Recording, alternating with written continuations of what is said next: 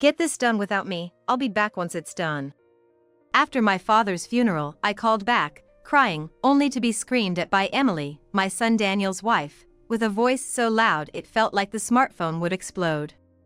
If you don't come, Sam's haircut appointment will have to be cancelled. Who's more important to you, your dead old man or your still young grandson? At that moment, I heard something snap inside me. How dare she refer to my beloved father as old man? I had always been quiet and compliant, but I had reached my limit. Hannah, is something wrong? As I turned around upon hearing the voice from behind, there stood Kay. A junior colleague deeply cherished by my late husband. Kay, I need to go back. What? But the graveside service is about to start, isn't it? Kay's expression changed instantly when I told him about Emily's remarks. And I could see anger rapidly filling his eyes. Hannah, you don't have to go. I'll talk to her. Kay said, and without waiting for my reply, he turned on his heel and started running. I hesitated for a moment, thinking of calling him back, but then I thought better of it. Knowing Kay was seriously angry and would confront her, Emily was probably not going to get off easily. Well, that might be for the best. She was trying to boss me around without even letting me collect my father's ashes. Kay's intervention was like a bolt from the blue. There's a saying about getting what you deserve. I am Hannah, a 55-year-old administrative worker at a pharmacy. Ever since my husband passed away 6 years ago, I had been living with my son Daniel until he got married. Daniel works in shifts at a factory, which sometimes makes it hard for us to have compatible living schedules, but we had been living a peaceful life without any trouble. That changed 4 years ago when Daniel suddenly announced he was getting married. Turns out, his partner was already pregnant. It just happened on our third date, and well, we ended up conceiving. Third date? That's hardly any time at all to be in a relationship. But what can we do? There's a child on the way.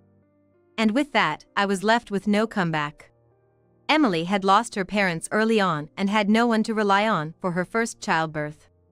Thus, Daniel and Emily ended up living in my house. Having a stranger move into my home was not a pleasant thought, but given the circumstances, I couldn't refuse. Initially, Emily was demure, but after giving birth, she began to order me around. I've shown you your grandson, and I'll be the one to take care of you in the future. I'm busy with childcare right now, so you need to do all the housework. She boldly stated, expecting meals to be served and complaining whenever laundry or cleaning was not up to her standards. I could understand when Sam was an infant, but now that he's 3, nothing has changed. I had tolerated Emily's behavior until now. Even when I suggested she help out a bit with the chores, I only received excuses in return. If something happens to you, I'm the only one who can take care of you, you know? That's true, but I want to focus on raising my child and my job while I'm still able to. So, for now, I'm leaving everything to you. You don't have a problem with that, right? Emily claims to be an illustrator. She does have some work, but she's essentially an unregistered freelancer, not even doing her taxes properly. She neglects childcare and leaves everything halfway done. Strangely, she insists on taking a shower for the child herself, but otherwise, she doesn't bother even if the child is crying. She shows no concern for Daniel, who continues to work rotating shifts, focusing only on getting expensive treatments for her straight, long hair at salons frequently. From what I see, there's a rift growing between Daniel and Emily. But I've been enduring a mix of resignation and patience because of my grandson. My father was 80, but even after my mother passed away, he insisted on living alone, refusing to live with me. If I live with you, I'll end up relying on you too much and my body will weaken. It's best for me to struggle a bit and stay strong. No matter how many times I suggested we live together, he stubbornly refused, hinting he didn't want to be a burden on Daniel. I never thought it would be a bother. Ever since I was a kid, I adored my dad. He was hearty, never sweating the small stuff. Even when my mom crashed his car into a fence, or when I stayed out all night with my first boyfriend, he just laughed it off. The only time he ever really scolded me was if I caused trouble for others. Dad and I would exchange messages every morning to check on each other. He had diligently learned to use a smartphone just so we could use messaging apps without a hitch. The one who woke up first would send a sticker, and the other would reply, confirming we were both all right. That was our daily ritual. But one morning, I didn't get a reply to my message from Dad. Usually, he'd send back a sticker of the sun smiling, which he was particularly fond of. Even when I called him, he didn't answer. Worried, I rushed to my parents' house before going to work. With trembling hands, I unlocked the door and ran inside. And then, "Dad!" There he was, lying in the hallway, clutching his chest. I ran to him, but he was already not breathing. "Dad!" By the time I desperately called out to him, he had already passed away to heaven. Overwhelmed with grief, all I could do was cry, while my son, Daniel, took care of the arrangements. "Daniel, thank you. It can't be helped, it was so sudden. Just leave it to me, and stay by Grandpa's side." Daniel was very considerate of me, but Emily, Daniel's wife, didn't even come to see Dad. "The funeral is just a hassle if you have small kids. Me and Sam aren't going." She declared this early on, making her intention to skip the funeral clear to me. I was too overwhelmed with my own grief to be angry at her. Besides, it was a small family funeral with about 10 relatives, like cousins, attending. I thought it wouldn't cause much of a stir without Emily there. The day of the funeral was a cloudless, sunny day, as if to show off Dad's character. I alternated my gaze between Dad's portrait and his coffin, tears flowing endlessly. In the crushing sadness, I suddenly noticed something odd. The smartphone in Daniel's pocket was vibrating over and over again. Before the funeral started, since his clothes had no pockets, I had given him my smartphone to hold. Daniel seemed bothered by it, but of course, he couldn't just check it during the funeral. In the end, we had to leave it be. "Mom, it's from Emily." Right after the funeral ended, my smartphone, which Daniel handed back to me, showed missed calls from Emily. "Emily only calls me when she needs something. I wonder if something happened to Sam," Daniel muttered with a serious look. "Well, I'll call back and see." With that, I moved to a corner of the hallway and called back. No sooner had the phone started ringing than Emily answered. "How many times do you think I've called?" "I'm sorry, I was at the funeral." "What happened?" Immediately after, a sharp voice pierced through my ear as I tried to hold back tears. "It's Sam's haircut day today. Come back now and take him to the salon." I couldn't grasp the meaning of her words at first. "Yes." After reflexively responding, I realized what Emily was saying. She was ordering me to take my grandson to the hair salon right away, even though I was at my dear father's funeral. "But we're about to go to Dad's cremation. I can't take Sam today." "Huh? As if that'll bring the old man back." Did she really just say that? "Emily, don't say that. Just get it done and come back already." With an intensity that blew away any of my objections, Emily rattled off what she wanted to say. "If you don't come, Sam's haircut will get cancelled.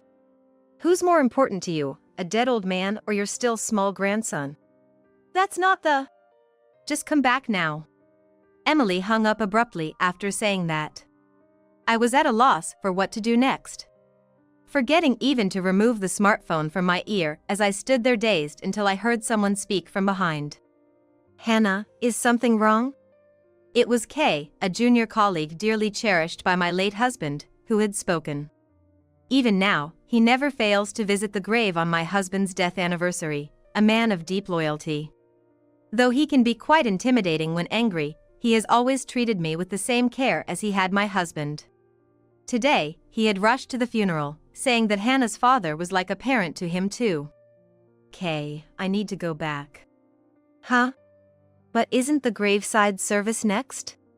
"I just got told by Daniel's wife that I need to take my grandson to get his haircut." "What do you mean by that?" I explained to a surprised Kay about Emily's usual behavior and our recent exchange. How she bosses me around, acts arrogantly. and even called my father a dead old man. Hannah, you don't have to go. I'll talk to her. Kay, visibly enraged by my story, immediately turned on his heel and took off running. Knowing him, he wasn't just going to have a chat with her. Mom, are you okay? Daniel arrived just as Kay left and I briefly told him what had happened. Wait, Kay went to her house angry? Yes. If Emily made Kay lose his temper, it could be serious. But maybe it's for the best. Emily is in the wrong, after all. Daniel seemed to have no intention of stopping Kay either. In the end, I didn't go back home right away but stayed until the end of the funeral. We got everything done and returned home. I planned to stay at my parents' house for a while, but I had forgotten some things and was also worried about Emily's condition. You don't need to worry so much about Emily. On the way home, Daniel, gripping the steering wheel, spoke in a voice trying to suppress his anger. When we get back, I don't know what she'll say, but asking to come back in the middle of Grandpa's funeral is just too unreasonable. I'm starting to feel really disgusted. About Emily? Yes. She's been bossing you around, acting like she owns the place, and sometimes she yells at Sam until he cries. I'm thinking of considering divorce as an option now. Hearing the word divorce from Daniel's mouth bewildered me, even though I disliked Emily. With such a young grandson, could they really separate so easily?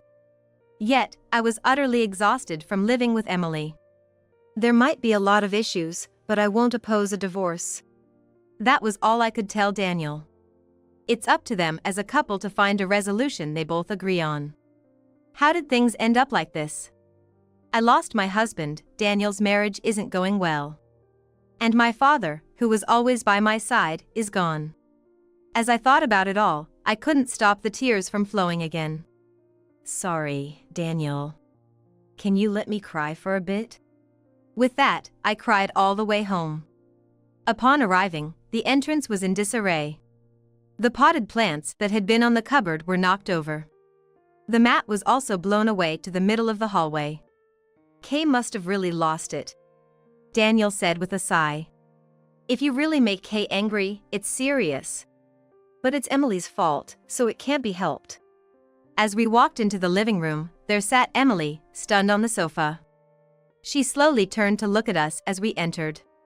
It was the face I expected. There was no doubt that she had been roughed up by an angry Kay. You guys. As Emily stood up. She didn't seem to be staggering, suggesting that only her face had taken the brunt of it. Sending that man over, isn't that a crime? I didn't send anyone after her. I just told him what Emily had been doing to me. And then he got angry. Anyone would get angry, right? Huh? Just for that, he beat me up? It's not like he's a gangster. He is a gangster. A real one. At my response, Emily clammed up. My late husband was the son of a gangster. The man who came earlier was a junior colleague of my husband. He's always been fond of me, too. What are you saying? I told him about what Emily had been doing to me and how she demanded I come back home instead of attending my father's funeral. That's why he got so angry. As I was explaining, a loud cry erupted. My grandson, Sam, had somehow come to the door and started crying. Rushing over, he clung to me. Grandma, I'm scared. I'm sorry, Sam. I took my grandson to my room to calm him down. He stopped crying but wouldn't leave my side. Then, I noticed a small bruise on his neck. Wondering how it got there. Daniel entered the room with a stern look. I'll be staying at my parents' house for a while. Hearing this, Daniel picked up our child and I blurted out my decision. Wanting to get away from Emily as soon as possible. Yeah, no one wants to be around Emily anyway. There's that, and I want to stay there for now. Don't worry about Emily, I'll handle it. Thank you, please. With that, I packed some essentials into a suitcase, planning to stay at my parents' house for a while. All the while, I couldn't stop thinking about Emily's arrogant behavior towards me since she came to live with us. Her coldness towards Daniel who works shifts. Her outrageous demand during my father's funeral. And her words about my father. What Kay did might be seen as wrong by others, but to me, it was a relief. Today is Sam's haircut day. Come back and take him now. Emily's words over the phone came back to me. Void of any kindness, sharp as a knife. Regardless of what anyone says. I was even grateful to Kay. The next day, Daniel called me while I was staying at my parents' house. Mom, can you come home now? Now? As soon as possible. There's something important I need to discuss. I want to do it while Sam is at daycare. Sensing the urgency in his voice, I drove home quickly. Entering the living room, I found Daniel with an unusually stern face and Emily, looking defeated, sitting on the sofa. Sorry for calling you out of the blue. What's going on? Emily did something terrible to Sam.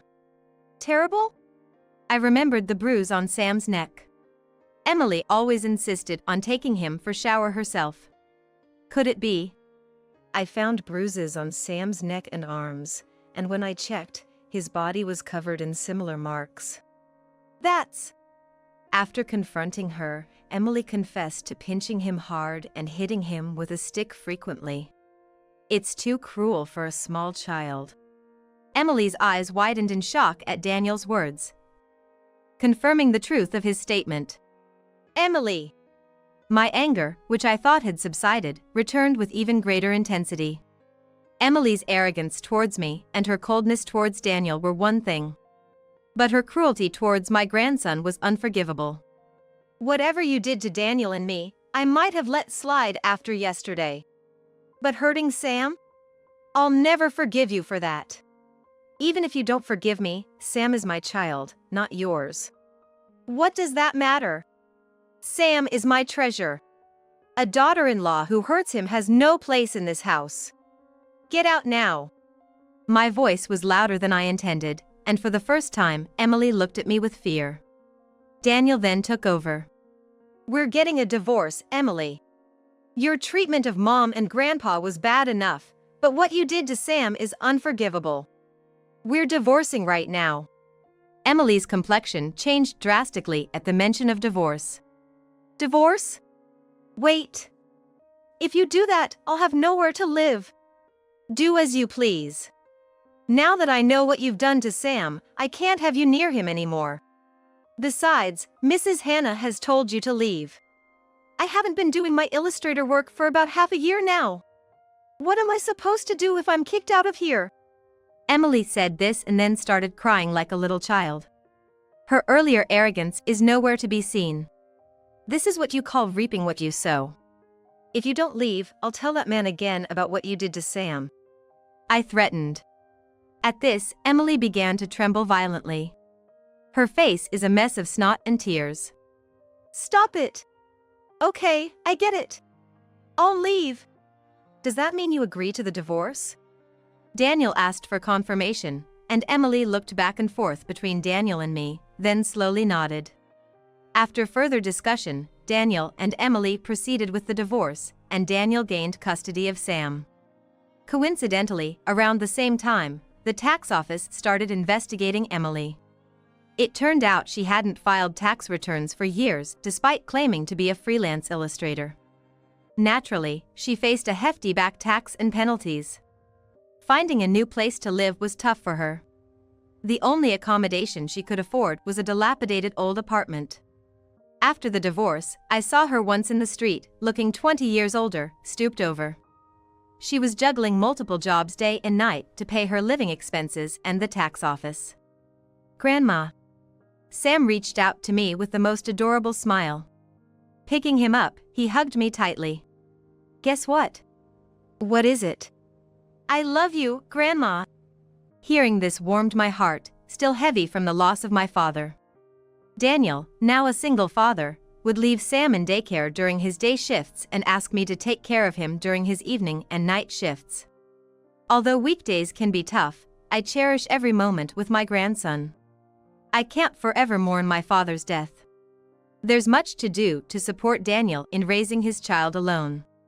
I'm determined to help Sam grow into a kind man like his great-grandfather.